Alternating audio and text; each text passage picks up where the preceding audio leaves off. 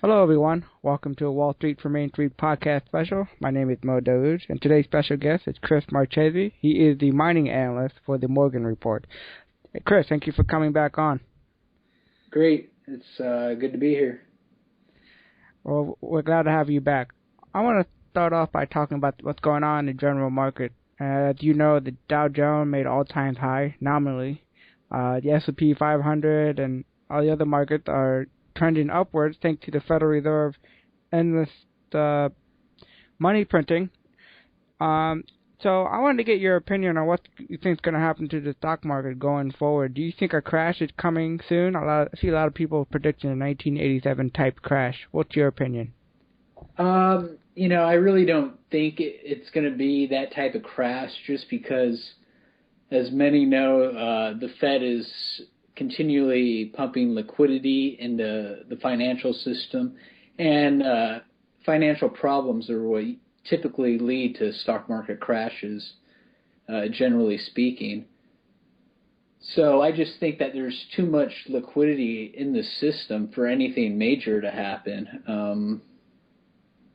There might be one abroad in, say, Europe, but in the U.S.,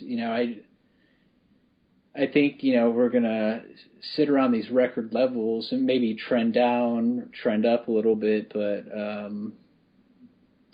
nothing big. I don't see a 1,000-point retracement in the Dow or anything like that over a short period at least. So, it's interesting times.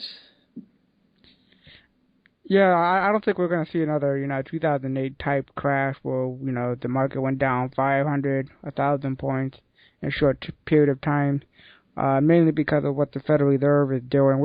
If we had a free market, the market would crash today.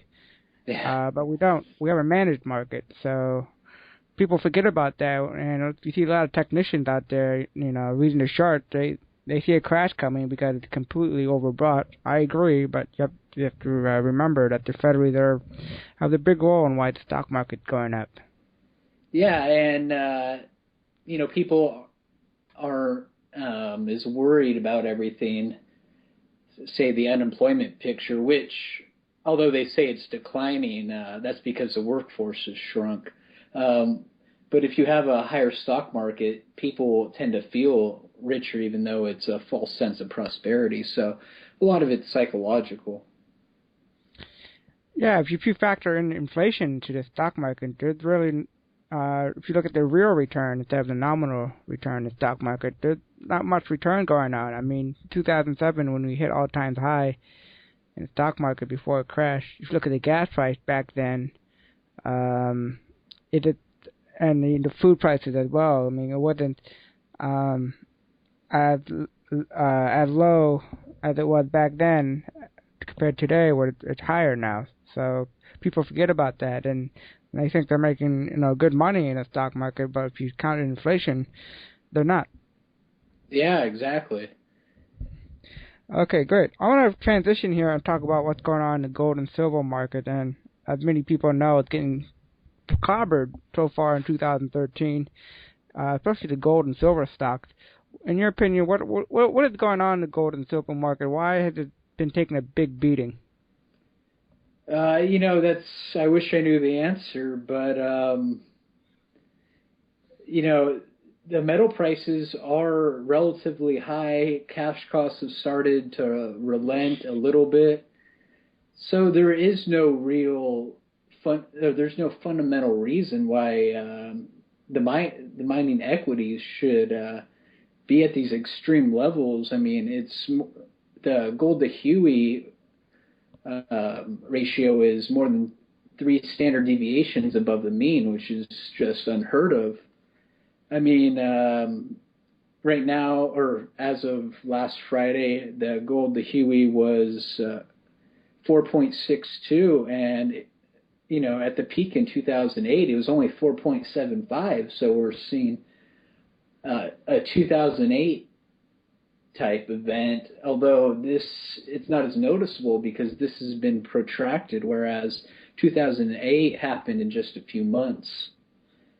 In the last 10 years, there's only been 47 trading days where the gold to Huey ratio is traded above 4, and 37 of those days have been in 2013. So it gives you a little perspective on how extreme this current situation is. But, you know, like Warren Buffett said, although I'm not a big fan of his, you know, you want to buy when there's blood in the streets, and there's certainly blood in the streets right now. Yeah, there's definitely a lot of blood on the street. Now, when you compare what's going on right now in terms of the gold and silver market and how undervalued it is compared to 2008, is it more undervalued today compared to 2008, or is it pretty much almost the same? Because I know you track that. Yeah, I would say that it's more undervalued because margins have expanded, even though cash costs have been rising rather precipitously. Okay. So I want to get your outlook for the next few months on what you think is going to happen in gold and silver market. Is there any reason for investors to hope that it's going to go up anytime soon? Because I predicted that the second quarter of 2013 we'll see a jump in gold and silver, not in 2001. What do you think? Yeah, that's hard to forecast as well. I think we've bottomed, or there's a bottoming process going on at this point. In terms of the next leg up for the metals, it could go as far out as a year. I mean, we might be stagnant for a year. Although, I don't think that's the case, but I can't rule it out. What we need is fresh buyers, not the same buyers that have been in the market for years. So hopefully with, say, Japan wanting to ease quite a bit, that'll bring a new class of buyers into the market, or a China ETF will take a lot of supply off the market, or something to that effect. Maybe even something like Sprott Physical Trust buying. Maybe they'll put another few $100 million, because I know the physical markets they're tight, but they're not tight to the point where they're ready to move up significantly. I mean, as of Friday, there was backwardation in the market, which leads to higher prices, because that means that there's a shortage. But, it's not, it wasn't that extreme. So, I mean, it could go into backwardation quite to a much higher degree before the next leg up occurs. Just for people out there that don't know what backwardation means, could you explain that to them? Yeah, that's when the spot price is above the futures contract price. So there's basically a negative price discount on the silver, meaning people want their silver now as opposed to waiting a month or two, and they're willing to pay up for that. So that's what the backwardation is saying. Again, it's only around 10 cents, so it's not material at this point, but it is showing that something big could be in the works. Right, and the last time we had backwardation is back in 2011, right before silver took off and went up all the way to $48. Is that correct? Yeah, and I wrote an article, I think, that February on Seeking Alpha, talking about that and how it was ready to take off, and it ended up doing so. But unfortunately, it went up to the $48 level and got smashed down. Well, we're gonna have to keep a close eye on that, and hopefully next time we come, we'll go back and look at that. I want to talk about the gold and silver market, which also has been clobbered as well. And because it's more volatile and more leveraged, every time gold and silver goes down, the mining stock goes down even more percentage-wise. Exactly, and on the way up, they always lag. So kind of tells you that the hot money or the big players are not fully into the precious metals market. Is that correct? Oh yeah, definitely. There's a long way to go. What are they going to take for the big player to come off the sideline and join the party? It's going to have to take some kind of crisis where, the currency hyperinflate, or there has to be some type of black swan event for the hedge fund managers and money managers to join the party? I think unfortunately, investors tend to buy when something has already outperformed, so they buy high. So I think what I think will happen is foreign investors will drive the price higher, and that will cause institutions and the like in the U.S. to start, buying some of it.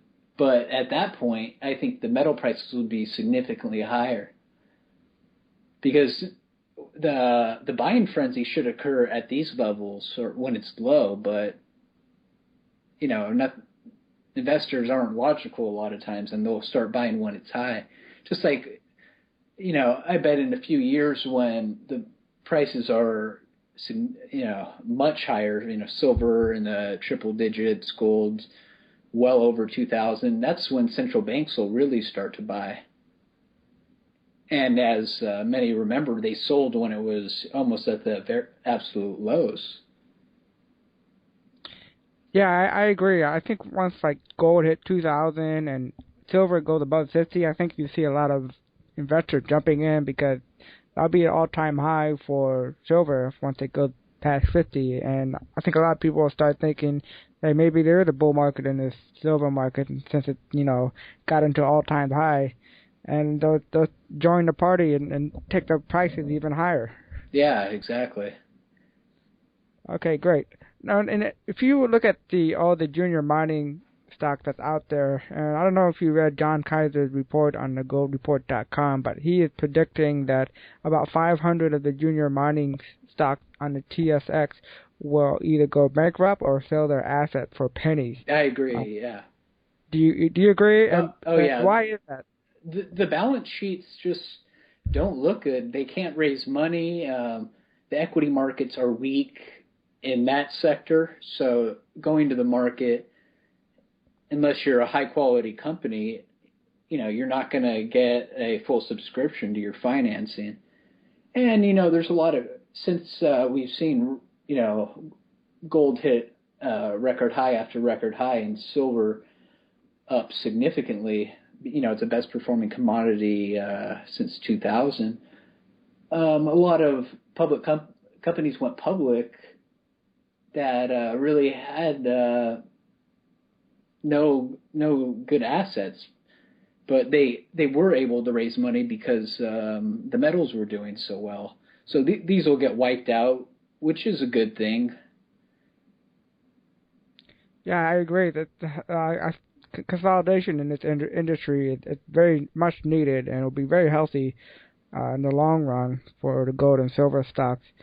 And why do you think that these companies will go bust? Is it a reflection of bad management, or just the difficulty of getting financing from banks or other institutions, etc.? What's your opinion? I think it's the financing issue. You continually need capital to explore and drill out your property. But that's, for the lower quality companies, which unfortunately there are quite a few of. And, you can only raise money so many times before a bank will realize that, there's nothing there, which, in a lot of cases, that's the truth. And even for high quality companies, it's relatively hard to get financing, or the terms aren't that attractive. Right, and a lot of banks out there are very afraid to lend money to the mining industry, and I can see why, because if I don't know if you listened to Nolan Watson's video presentation he did, but over 70% of mining companies, when they set a production target, 70% of them don't meet it on time or because of delays, which is pretty normal in the first year of production. And also when they set out production guidance, they don't hit them either. And this just tells you how difficult it is to get these mines online without any delays. It's a very complex industry. Yeah, and the margins aren't what they're usually forecast to be. The CapEx, you see a lot of overruns in that. And, everything's over budget. So, at some point the gold price and silver price will start to accelerate a lot faster than the rise in input costs, but we're not there yet. And that's the next thing I wanted to talk to you about. You talk to a lot of CEOs, near producer CEOs like Holdress, Sandstorm, etc. What is the number one concern they have when for their mining project that they have? Is it rising input costs or trying to keep capital expenditure under control? So what have they been telling you? Oh, for the streaming companies, the royalty companies, it's trying to find projects that will be that are in the lowest quartile of the cost curve, which is very important for those companies because they buy a part of future production, so they have to be able to weather all parts of the economic cycle, when prices are high, when prices are low. So they care about that. With companies like a Holdra or an Endeavor, it's keeping costs under control, taking measures to optimize the efficiency of their operations, and a lot of them are looking towards growth. What are they going to do for growth? With the rising capital expenditures, it's hard for them to free up enough capital to acquire assets that would be ideally suited for them. Now, I want to talk about your top picks for 2013.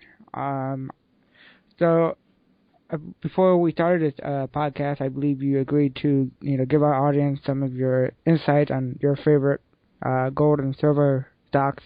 What is your number one top pick for 2013 and why? I don't really have a top pick. I kind of have a basket of picks, and they go as follows. They're not in any specific order, but Alexco would be one of them. They are just waiting a permit to bring 2 mines online, which are ready to go. That'll increase production approximately 40% this year, as well as bring cash costs down. And, they're a Canadian operator, which is rare with silver companies. So that's one of them. Plus the price has been beaten down like all the others. Holdra is one. They have a high-grade operation in Canada. They're going to declare commercial production this month. And they just raised $10 million, so they got more than enough capital in case prices go down or whatnot. And they have I think like a $40 million market cap at this point. And at capacity, they'll be able to produce approximately 2 million ounces a year at about around $5 an ounce cash costs. And this mill can be expanded about 3 times as big to 600 tons per day. So, they have organic growth lined up. So I think this will be a good performer going forward. And another one is Colossus Minerals. They have one of the highest grade deposits in the world. They're in Pará State, Brazil. Incredible management team. They worked at the Yamanas, the Agnicos, the Barricks of the world, and they're going to commence production in the second half of this year. There's a lot of uncertainty in it because they haven't drilled out a resource estimate yet, although that's due this year. So it's being punished because of that. The market always punishes companies that skip their 43-101 and construct their mine first. And the last one is a zinc silver company called Tribali, and it operates in Canada, and it's about to start production in Peru. We're really bullish on zinc prices starting towards the end of this year through the next 5 years, just because there's so many of the world's largest mine, for example, the Century Mine in Australia, the Perseverance Mine, and a host of others that are nearing depletion and will become depleted over the next 1 to 2 years. And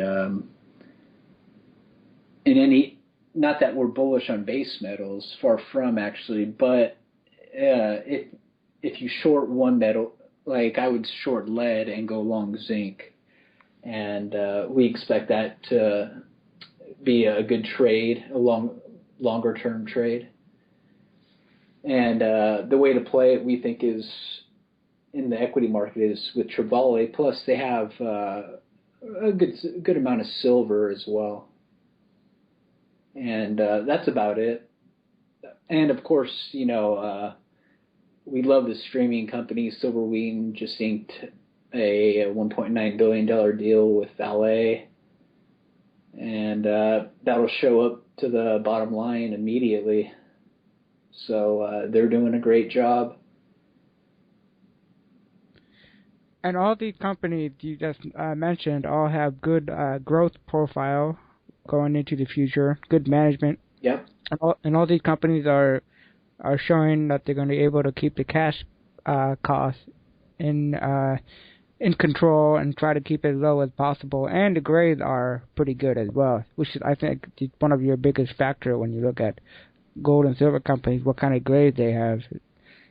Yeah, exactly. And Alexco and I should say Holdra have some of the best grades out there. And Colossus, as I mentioned, is one of the highest grade, if not the highest grade, mine on record. They can't officially state that because they don't have a resource estimate at the moment, but they should be able to soon. Plus, I didn't mention before, but their byproducts are platinum and palladiums as opposed to base metals.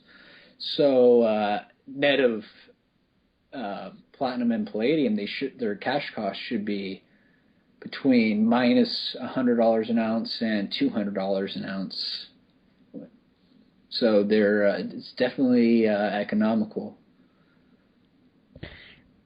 And do you ever see a situation where you invest in a company that has lower grades than companies like Holdra or Alexco? And why is the grade important when you invest? What's the big deal about the grade? The grade is it leads to lower cash costs. Typically, unless say you have a high strip ratio, there's a lot of waste, or the haulage cost is quite a bit. But typically, higher grades lead to lower costs, and in a rising input environment, you want to keep an eye on that. And again, you can produce more with a smaller mill when you have higher grades, which is more cost efficient on the capital side. So that's the basic reason that we prefer higher grades, and because lower grades, they're more sensitive to rising input costs, so the margins will get squeezed more than a high grade mine will. Again, this is generally speaking, and there are exceptions. And what exceptions are there that you would invest in a company with low grade? Is there any reason? Say it's an open pit and there's a low strip ratio. We would like that, or say like Colossus, there's a good byproduct. If you have platinum and palladium as a byproduct, it'll net out the co-product cash costs. Also, if there's say there's a deposit that's rich in zinc, and we think zinc prices will do well, matters the grade of the byproduct as well. And if there's even though gold and silver mines are rare, or not as common as base metal mines with precious metal credits in them, you don't need as high a grade from gold and silver because you have more total ore of precious metals. So say you have a gold and silver mine that are 1.5 grams per ton and 100 grams per ton silver. That's much better than, say, just a deposit with 100 grams per ton silver, or a deposit with just 1.5 grams per ton gold and no silver. And excellent, and I agree with what you just said there. I think there's a good case to invest in, companies with lower grade, but the factor that you just mentioned has to be considered when you do that. And I prefer companies with higher grade because it means lower input costs in most cases if they execute it the right way.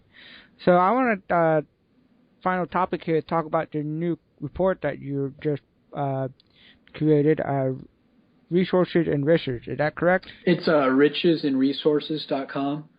And basically, it's me and some other analysts. We put together research reports on natural resource companies, not just precious metals. And, we sell them for, much cheaper than you would find elsewhere. Or you can email us a company that you would like research done on, and we'll do it for you. We also have a top picks for 2013 report out, and we have some contributors such as Keith Schaefer that have put reports on the website, and that's kind of just a little project that we're doing. Because most of my time is spent working for the Morgan Report, and we're starting an investment fund called Lemuria Special Opportunities Fund, and should be launched sometime this month. We're raising money at the moment, and so we got a lot going. And if people want to find out more about your fund and your report, where can they go? Just send me an email, or if you want to find out about the reports, go to Riches, RICHESNIN resources.com. Or if you want information about anything else, just send me an email at chris@silver-investor.com, and I'm pretty good about my emails, so I'll get back to you in a relatively quick manner. And great, and you're still contributing to the Morgan Report as well. Yeah, that's my main job. So. And great, and people can subscribe to the Morgan Report by going to silver-investors.com. Yes. Okay, Chris, well, thank you for coming on Wall Street for Main Street podcast. Hopefully you can come back on in another time. Sure. My pleasure.